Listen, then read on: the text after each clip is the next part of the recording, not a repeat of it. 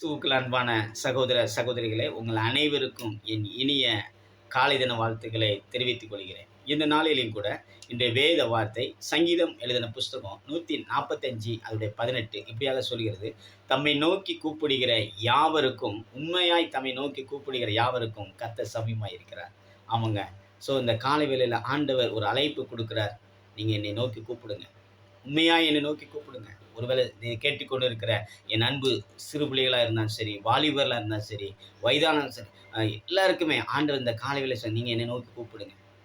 So நம்முடைய வாழ்க்கையில் அநேக நேரங்களில் நாம் என்ன செய்கிறோம், மனிதர்களையும் அநேக நேரங்களில் நாம் என்ன செய்யணும், அவர்களை நம்பி நாம் தேடி அலைந்து ஒரு கட்டத்தில் சோர்வுற்று ஒரு இடத்துல அமர்ந்துருவோம். என் அன்பு சகோதரிகளை, மனிதர்களை நம்புவதை நீங்கள் என்ன செய்யுங்க, ஒரு ஸ்டாப் வைங்க, ஒரு முற்றுப்புள்ளி வைங்க. இந்த நாளில் ஆண்டவர் சொல்றார், நீங்க என்னை நோக்கி கூப்பிடுங்க, உண்மையாய் என்னை நோக்கி கூப்பிடுங்க. ஸோ நாம உண்மையாய் நோக்கி கூப்பிடும் பொழுது ஆண்டவர் எங்க இருக்கார், நம்முடைய அருகில இருக்கிறார். ஆண்டவர் நம்மளிடத்துல என்ன எதிர்பார்க்கிறார்னா, நம்மளை கூப்பிடுன்னு சொல்லி அவர் எதிர்பார்க்கிறார். ஒரு குழந்தை ஒரு அழுகுது அப்படின்னா தன்னுடைய தாய்க்கு தெரியும் எதற்கு அழுகுதுன்னு சொல்லி.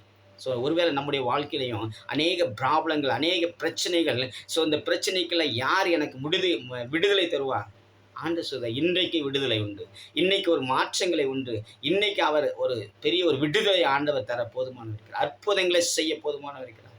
தேவனை நோக்கி கூப்பிடுங்க, தேவனை நோக்கி கூப்பிடுங்க, தேவனை நோக்கி உண்மையாய் அவரை நோக்கி கூப்பிடுகிற யாவருக்கும் அவர் பக்கத்தில் இருந்து அவர் உங்களுக்கு விடுதலையை, இந்த வார்த்தையை தேவன் ஆண்டவர் சொல்கிறார், நீங்க கூப்பிடுங்க, அவர் விடுதலை தர போதுமானவர் இருக்கிறார். God bless you. தேங்க்யூ.